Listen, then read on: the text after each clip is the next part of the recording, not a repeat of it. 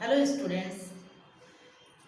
पहले वीडियो के बाद आज मेरा ये दूसरा वीडियो है, जिसमें पहले वीडियो में आप लोगों को मैंने अकाउंटिंग और बुक कीपिंग के बारे में समझाया था, और आज मैं बिजनेस के जो अकाउंटेंसी के टर्मिनोलॉजी है, यानी जो मेन टॉपिक है, कुछ शब्द और हैं जो आप नए नए अकाउंटेंसी में आप अकाउंट सब्जेक्ट लिए हैं, तो कुछ नए नए शब्द आपको मिलेंगे। उन शब्दों से मैं आज आपका परिचय करवा देती हूँ, ठीक है ना, कि किन किन शब्दों को आपको यूज़ करना पड़ेगा, है ना। तो टर्मिनोलॉजी ऑफ अकाउंटिंग, तो सबसे पहला वर्ड हमारा बिजनेस आता है, क्योंकि मैंने पिछले वीडियो में भी कहा था और आपको मेन पर्पस यही होता, मोस्ट ऑफ स्टूडेंट्स यही कहते हैं कि हम बिजनेस करना चाहते हैं, तो उन्हें ये पता होना चाहिए कि what is the meaning of business. Business क्या है? तो बिजनेस जो है जिसमें हम अर्निंग प्रॉफिट तो है ही, क्योंकि कोई भी व्यक्ति बिजनेस अगर करेगा तो वो ये नहीं कहेगा कि मेरे को नुकसान हो जाए, ठीक है ना। हर कोई यही चाहेगा कि उसके बिजनेस में उसे प्रॉफिट हो। तो प्रॉफिट कमाना तो आपका मेन मोटो होता ही है कि अर्निंग प्रॉफिट करें।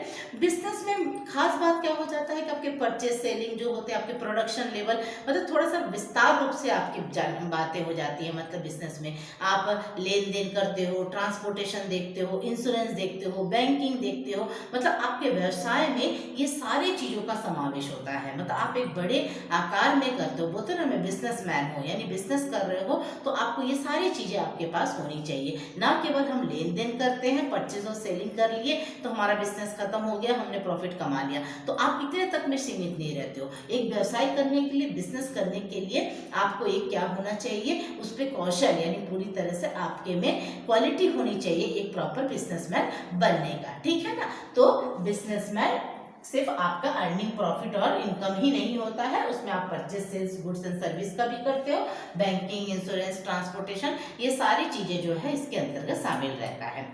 नेक्स्ट वर्ड है ट्रेड। ये आप ध्यान दीजिएगा कि बिजनेस, ट्रेड, प्रोफेशन, ये सब बहुत कुछ मिलता जुलता है, लेकिन उसमें थोड़े थोड़े ही चीज़ों की डिफरेंसेस रहता है। आप बोलोगे व्यवसाय, व्यवसाय का मतलब भी लाभ कमाना है और ट्रेड का मतलब भी लाभ कमाना है। तो ट्रेड का मतलब भी होता है कि आप व्यापार कर रहे हो तो व्यापार करने में आपका लाभ कमाना है, पर ट्रेड में क्या होता है, हम परचेज और सेल्स तो करते हैं और साथ में क्या करते हैं कि हम ऑनरशिप भी ट्रांसफर कर देते हैं। मान लीजिए मेरे पास कोई अगर सामान है तो मैंने आपको दे दिया, आपने उसके बदले में मेरे को पैसे दे दिए, मतलब हमने एक्सचेंज कर लिया, मेरा गुड्स आपके पास चला गया और आपने मुझे मॉनेटरी पेमेंट कर दिया, पैसे आ गया, तो ये आपका ट्रेड हो गया। तो ट्रेड करने के लिए आपके पास कोई बहुत ज़्यादा क्वालिफिकेशन की आवश्यकता नहीं हुई, ठीक है ना।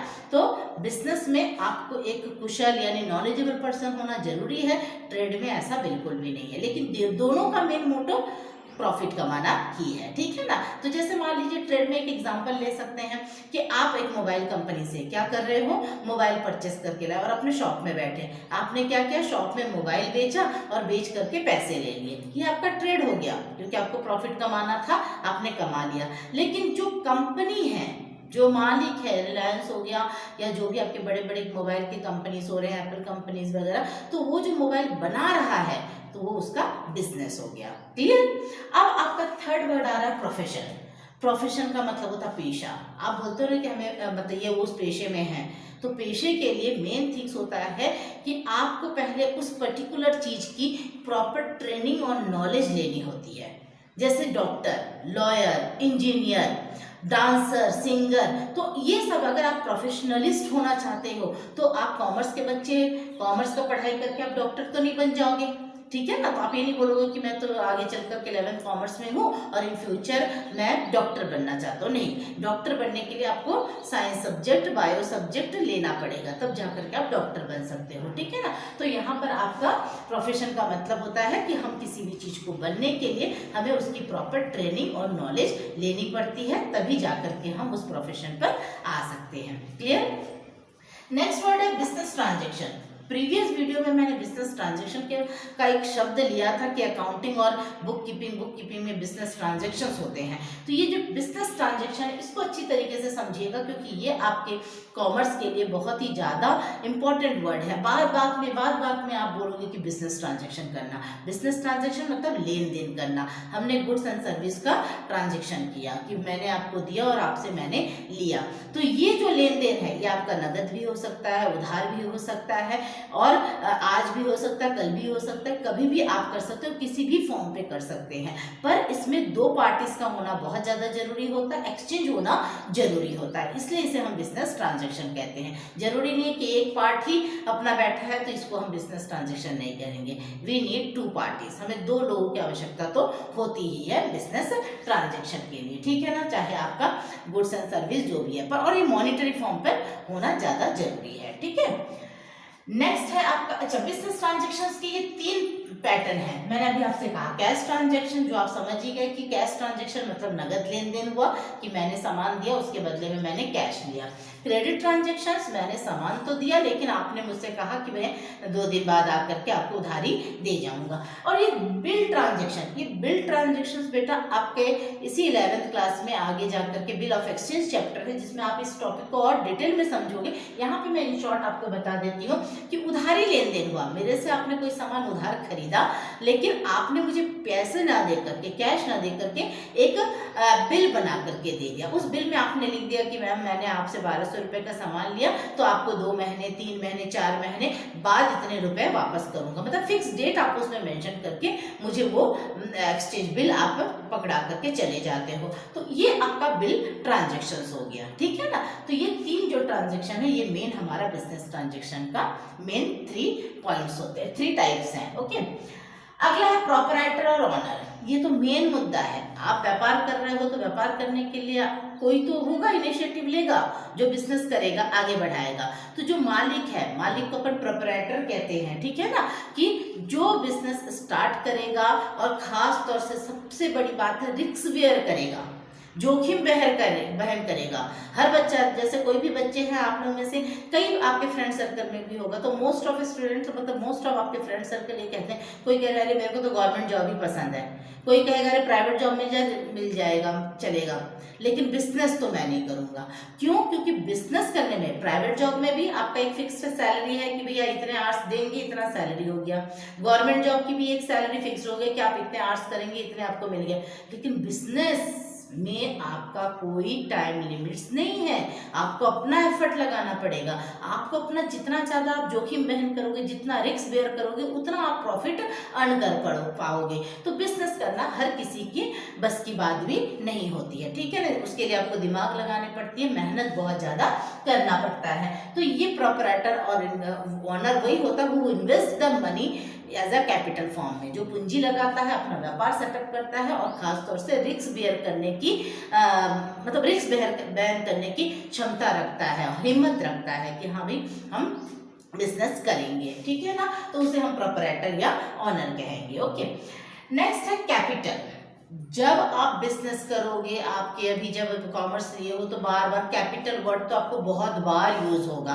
तो ये जो कैपिटल है, पूंजी जो है आपका, क्योंकि without capital you are not start business. आपको बिजनेस स्टार्ट करने के लिए पूंजी की आवश्यकता होगी, लेकिन ये पूंजी हमेशा कैश फॉर्म में नहीं होगा।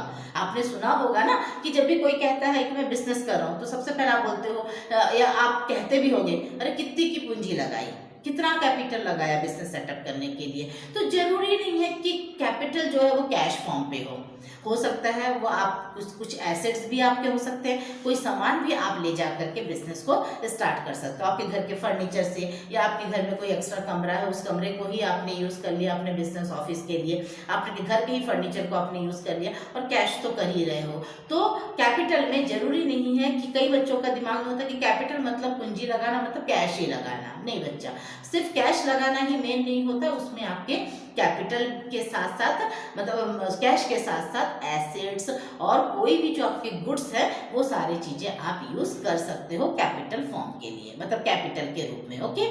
तो ये आपका कैपिटल हो गया, मेरे ख्याल से आपको समझ में आ रहा होगा।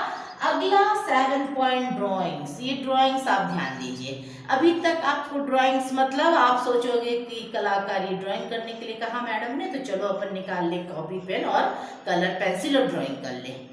नहीं, पर कॉमर्स में ये इसीलिए टर्मिनोलॉजी आपके लिए बहुत ज़्यादा जरूरी है, क्योंकि 10th तक मैंने प्रीवियस वीडियो में भी कहा, अभी भी कह रही हूँ कि कॉमर्स का बच्चा जो होता है वो आप सोचिए आपके नर्सरी क्लास है, नर्सरी में जैसे ABCD हाथ पकड़ के लिखाते हैं ना, तो उसी तरह से आपको कुछ शब्द यहाँ पर आपको जानना बहुत ज़्यादा जरूरी है। तो ये ड्राइंग्स जो है वो आपके कलाकारी, चित्रकारी नहीं है।